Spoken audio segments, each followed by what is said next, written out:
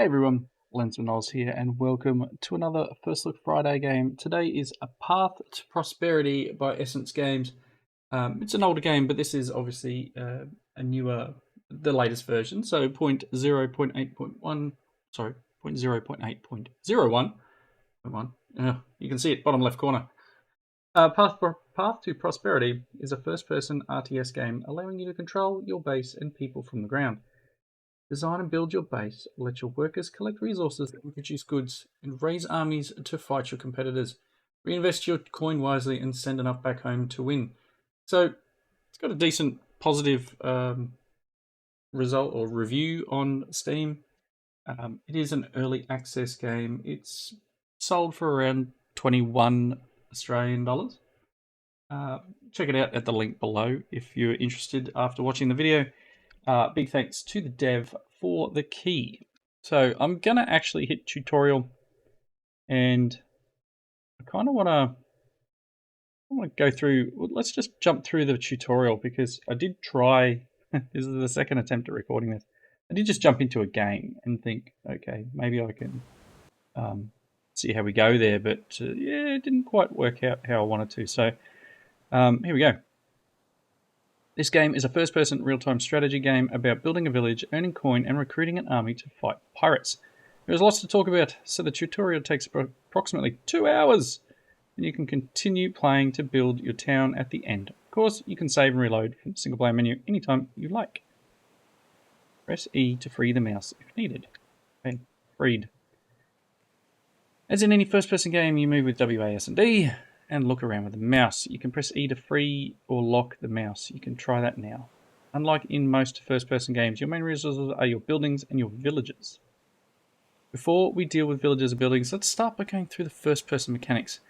Your shipwrecking on this island has left you injured and hungry. See your current health at the bottom left of the screen. Once a minute, 1 food from your inventory is consumed. If you have food in your inventory, this will heal you. If you have none, you will lose health. So make sure you get some food into your inventory. Move to the banana grouping just off the beach. Okay.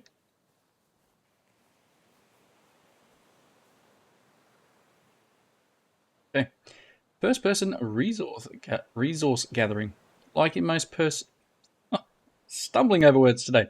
Like in most first person survival games, you can collect resources and help with construction yourself. You perform these tasks at a slower rate than your villagers, once you have some, but sometimes it can help to step in. Let's try this by collecting some bananas from a tree. Be warned, if you cut down fruit trees, they will not grow back, and you could run out of food. Okay. T to toggle your tool. Okay. Aim at the banana grouping, you will know that you're close enough. When your cursor turns blue, your tool disappears, so you can collect. Okay.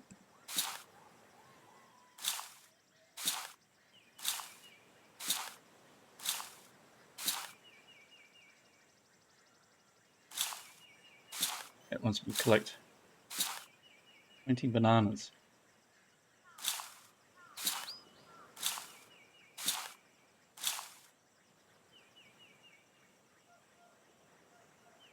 Things are a touch loud.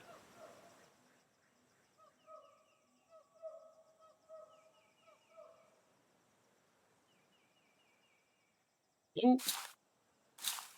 Grab the bananas. It's still loud. Your most important way of interacting with the world and your villagers is the player book. Through the player book, you can interact with inventories, change how your buildings operate, give instructions to your soldiers, and you can select which buildings you want to place. And you can also interact with your own inventory and heal yourself. Let's try that now. Okay. Push tab to open the book. Cool. We can heal apparently. Left click on the food in the inventory. So I need character. There you go. I'm eating something. One more. Nothing doing anything. There we go. As an alternative to healing yourself directly, you can also wait until the food you have in your inventory heals you over time. Always ensure that you have sufficient food in your inventory to survive. Looting. Together with the resources, you'll be able to find various chests and leftover resources throughout the world. Some of them will be easier to get to than others. Since you find yourself without a weapon, Get to the nearby stone outcropping to find some loot hidden for you. What's that? Stone outcropping. The hidden sword. Oh, there it is. I was looking for the blue. Aha. I like.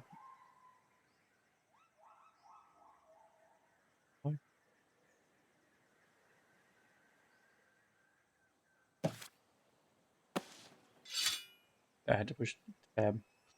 Now that you have a sword, you can defend yourself against pirates. You sheath and unsheath your sword by pressing V and swing it with left click. While you have your sword in your hand, you can't open your player book or take out your tools. Pirate guarding a chest down the beach from you. Now that you've equipped with a sword, you can try to defeat him to get the chest. Since he is facing away from you, you can try sneaking up to him by crouching. If you attack him without him having noticed you, you'll do more damage to him.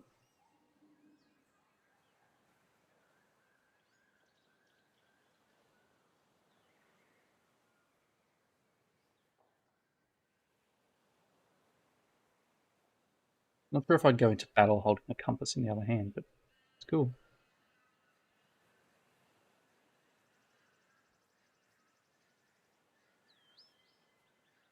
Pirate's choice of clothing is a bit weird, but anyway.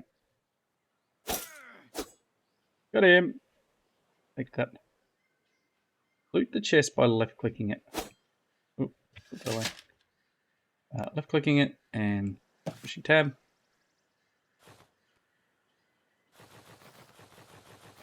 Stand on any mission. You found some ammo. Now that you have a way to reload your gun, you can also fight from range. You draw and put your gun away. Put away your gun by pressing F. Fire it left click and reload with R. Okay, let's try some gunfighting.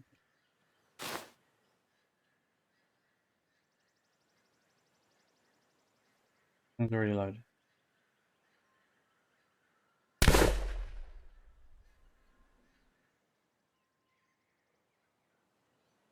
Load every time. Getcha.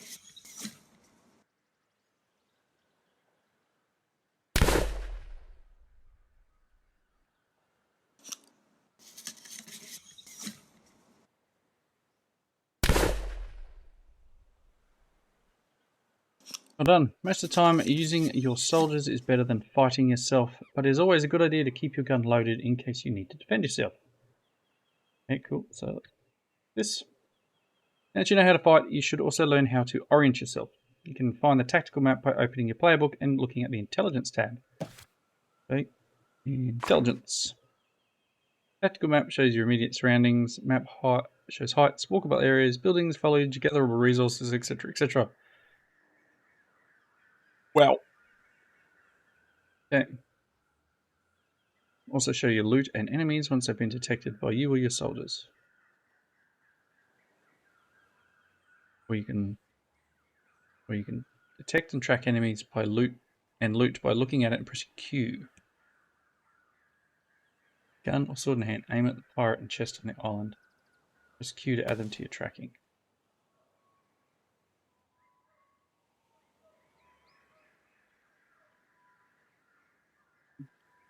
One. Cool. We open the intelligence tab. Okay. But here. We get up the thing and get a better view, eh?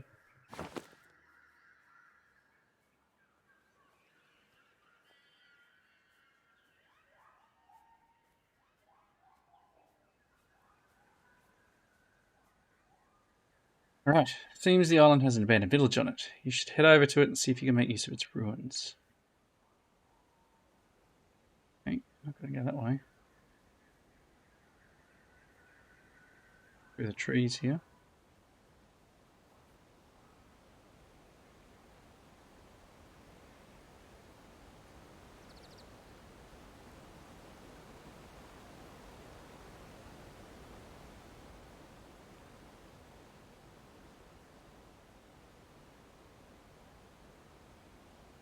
Rising smoke in the jungle is often an indication for a larger group of pirates, so be sure to stay away from them. In this case, the smoke indicates a single ranged pirate around the corner. Unlike the melee pirate earlier, ranged units will stay at a distance and take their time to aim before shooting. Manage to close the distance to them, run with left shift before they get their shot off. They will switch to fighting you close up, making them much weaker. Use your gun or sword or both to defeat the pirate. That's just... Hey buddy.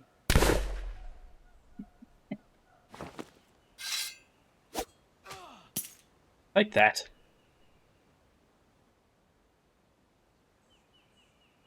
Usually a good idea to keep ranged units in open areas, to take advantage of their firepower, and use corners to ambush with melee units. Thick jungles with limited visibility usually lend themselves to the use of melee soldiers, while open plains are better for ranged. Ooh. Let's get my...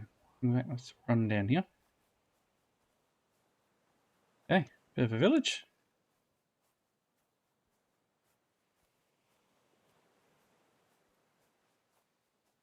A bit abandoned, isn't it? Right, the abandoned village is rather rundown and you will need to patch it up for it to be of any use. The main resources with which buildings are constructed are coin, wood, stone and or metal. Buildings need to generally be constructed in range of a market, but it is important to place some buildings within the sphere of influence of other buildings as well. Port is your main connection to the outside world and the most important building you have. You will start each game with a port and you can't build any more. If your port gets destroyed by the pirates, you lose the game. You can buy and sell goods at the port, purchase seeds there, and new villagers and soldiers will always arrive at the port by ship. Port of the abandoned village is not functioning. Luckily, there are enough goods left in the ruins to rebuild the port quickly. Let's do that now. Walk to the port. Get out your tool with T. Put that away and put this one out. Aim at the port from close up, waiting for your tool to switch to the hammer. Left click once to add one construction step, or hold left click to continuously construct.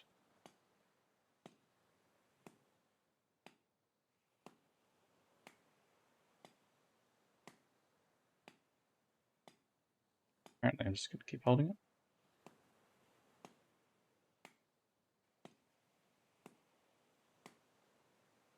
Okay, well done. Now that the port is rebuilt, we can turn our attention to the broken warehouse. The warehouse is the center of every village and town. Goods that are produced are stored there automatically and are taken from there when they are needed. You can buy and sell goods from the warehouse inventory. Broken warehouse in this village is still in need of patching up. Unlike the port, however, it is missing some construction materials. You can move goods between the player inventory and any building inventory that can receive the type of item, including construction sites. Of course, you first need the correct goods in your inventory, in this case wood. Let's collect some wood for the warehouse construction. Okay. Close to a tree. Assuming they want a bigger tree, not one of those skinny little things.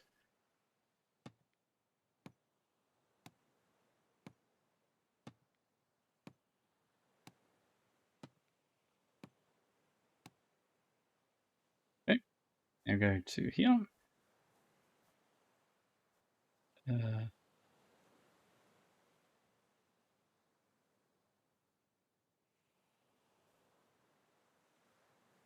Left click.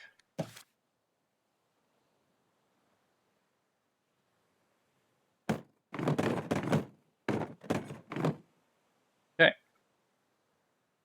Once a construction site has all the materials it needs, toggling your tool close to it will bring out a hammer and you can build it.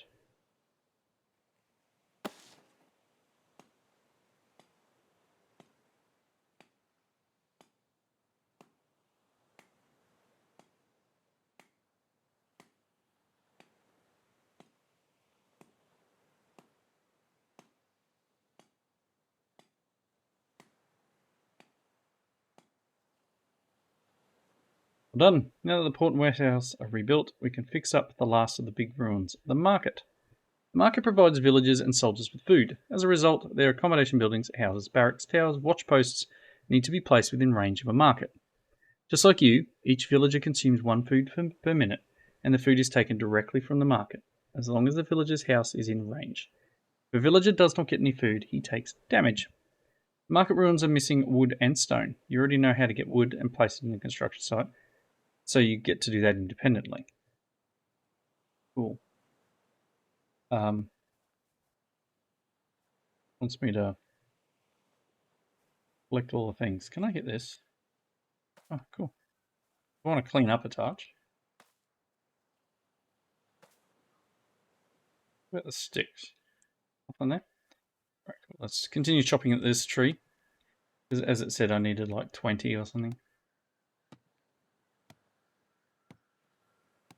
Alternatively, collect loot from the crates around the village.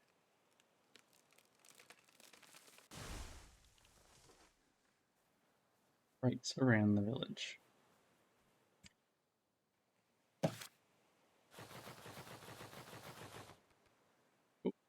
Okay, so we go in here.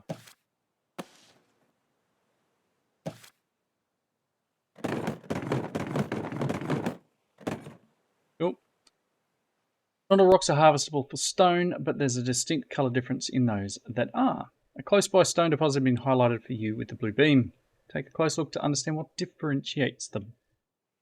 As usual, you can collect some stone with your tool. Since stone is heavy, make sure you have enough space in your inventory. Delete goods from your personal inventory with a right-click, or drop things off in the warehouse if you're carrying too much. I'm gonna need to get some food at some point. I think a touch low. Okay.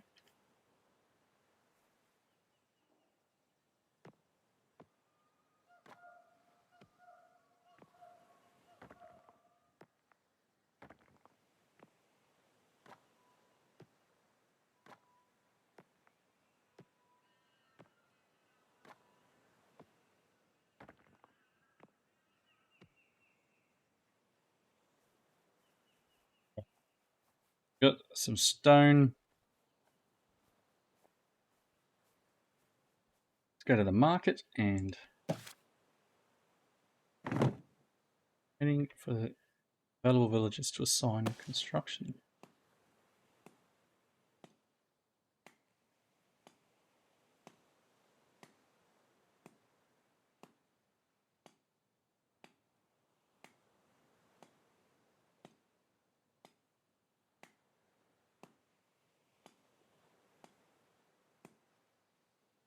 Okay.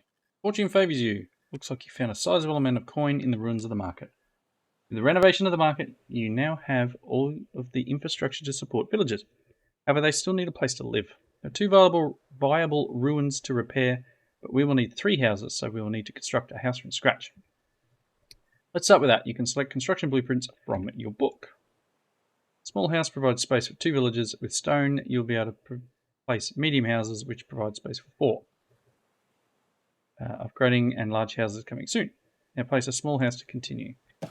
Want to do this, open the book, click buildings and civil. Apparently, we want to build a small house. Okay. Let's pop him in. Over there.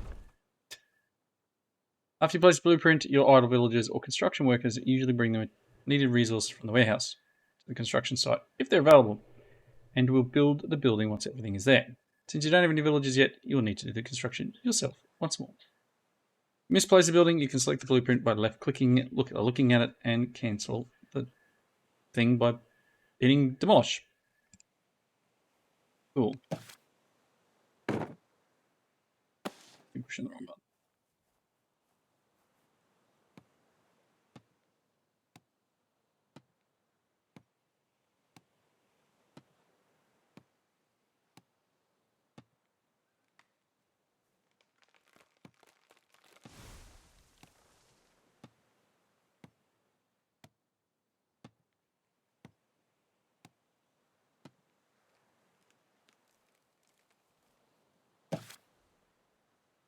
Hello. Oh, go waiting. You're pushing it. Pushing escape to close the menu is like normal for me. It's just obviously pushing E to open an inventory and escape. I play a lot of Minecraft, right? So yeah, it's kind of second nature. I want to close that. Escape. Not the right button. Anyway, it's fine. Let's build the house.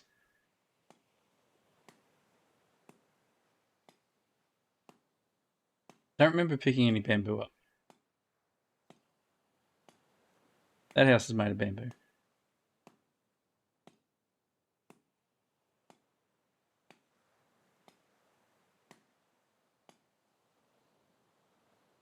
Nifty. Run over here.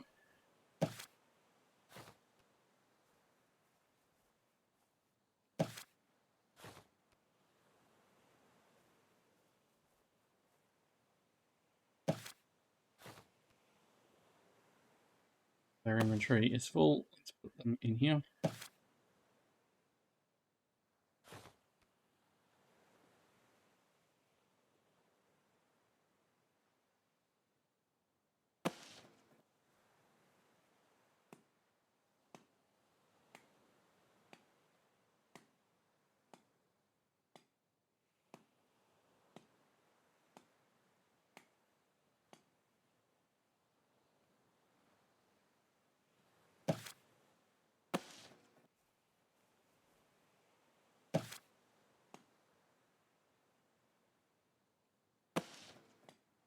Okay. Building, building, building. Smacking it with a hammer.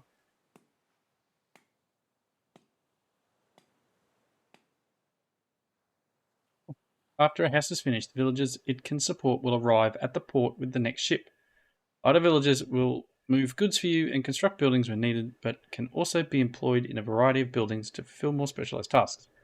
Those villagers to arrive at your port will bring some food and goods with them.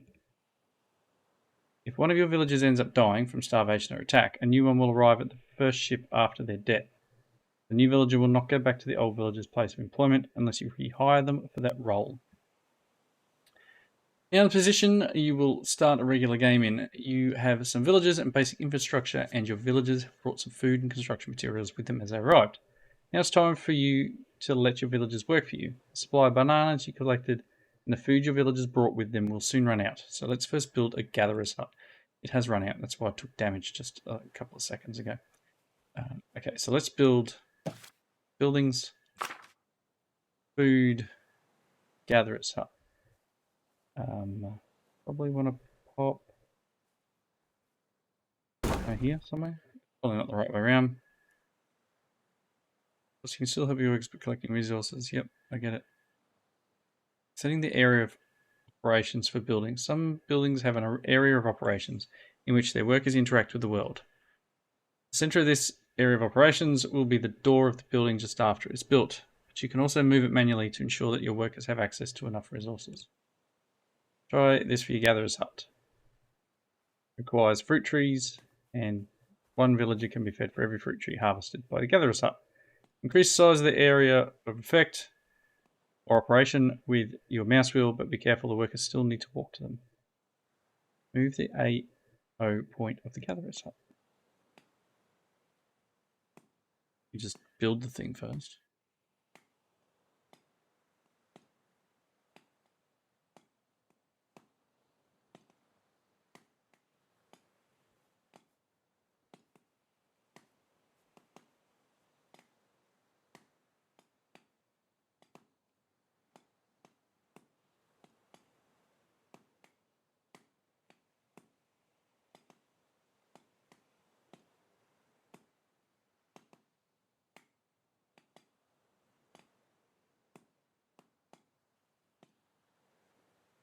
Right. Select the gatherer's hut. Without opening the book, you should see the area of operation on the ground. The circle is marked by a translucent blue cone. Click on the ground next to the floating arrow to move the AO there. Ah. So if I run over here, and go that, Since you now have a working gatherer's hut, you are getting a steady income of fruit and can support additional villagers. Idle workers can carry goods and construct. They may all be occupied when you want to build something, and they build slowly. Construction workers, villagers employed in a construction yard, will build at 3 times the speed of idle workers and won't be distracted by petty logistics. Since you already learned how to construct buildings, we will let you place a construction yard with our highlights to guide you this time. Find the construction yard under the construction tab. Okay, cool. I need some food. So, build a construction yard. We believe in you. Thank you for believing in me. Cool. Let's build that said construction yard.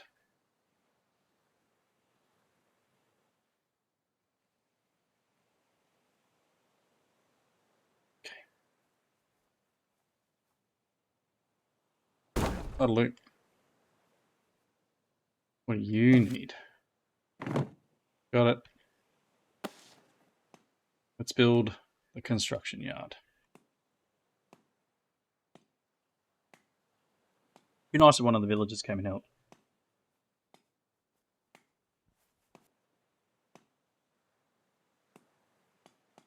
I don't want to hit you, bro. Thank you for coming and helping. You've got no eyes.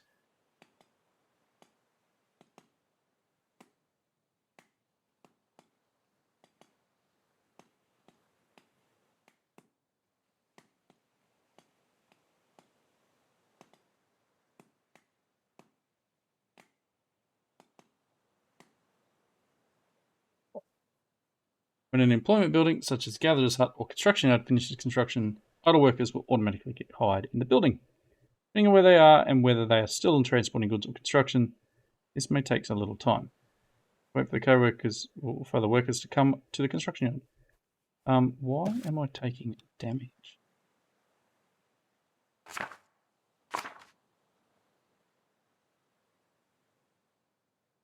Village is currently too small to require or even support 2 construction workers. With 2 gatherers and 2 construction workers, no one is free to bring the food from your gatherer's hut to the market. Inspire one of the construction workers and free them up.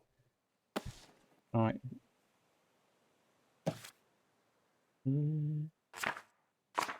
I don't know. No one. Right click to fire. I get it. Got it. It is a good idea to employ some workers in the warehouse. So,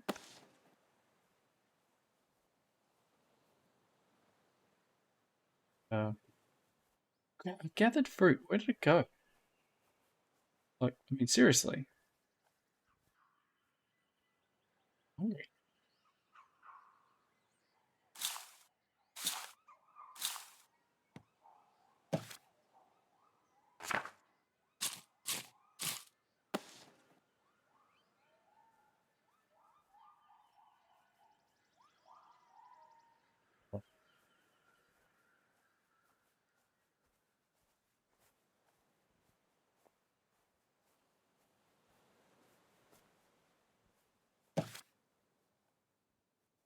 Okay, hired someone.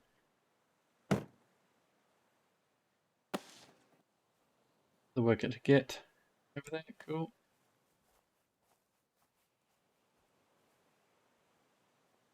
You track your most important workers. You can check the economy tab in your book.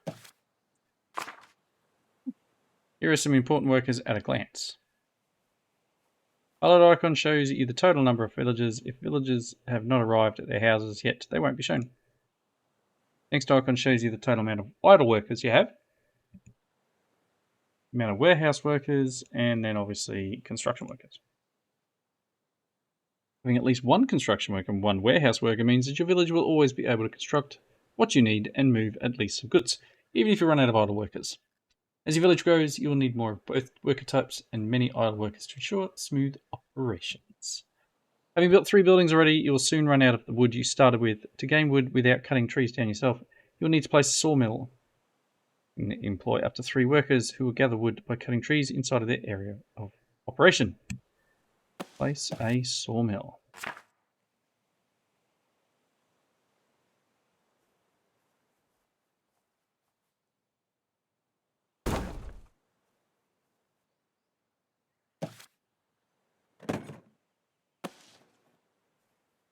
They'll bring stuff.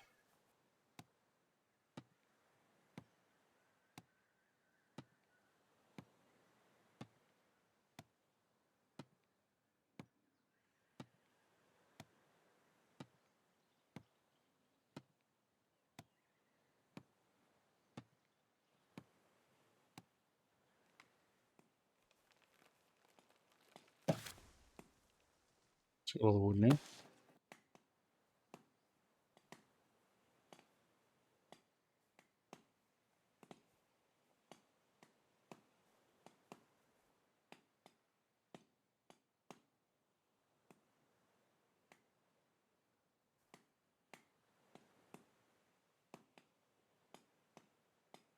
Still taking damage. Now you have a sawmill, you should have a steady income of wood. You need to move the AO point if the trees are exhausted to or increase its radius. Different options for you for what your workers will cut. Open the sawmill book.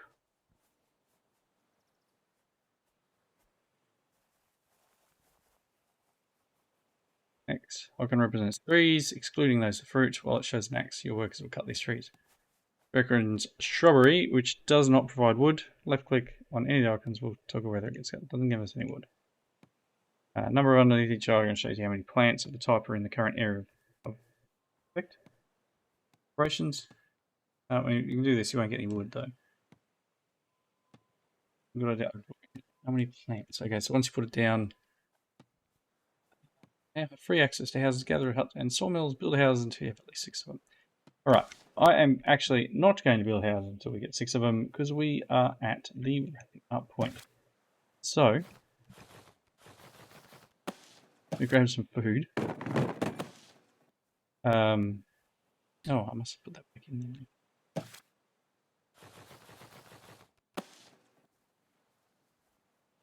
Far away. Look at the market. Ah.